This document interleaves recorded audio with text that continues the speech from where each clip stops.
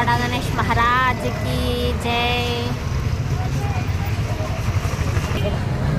చిన్ని చిట్టెలకకి white paint వేసేసారు, ఇంకా నెక్స్ట్ వేరే కలర్ వేస్తారు, అప్పుడు చూద్దాం.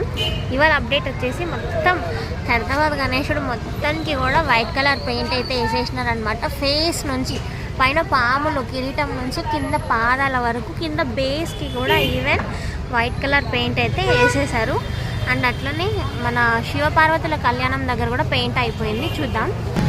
చూడండి శివపార్వతుల కళ్యాణము ఇక్కడ కూడా మొత్తం వైట్ పెయింట్ అయిపోయింది.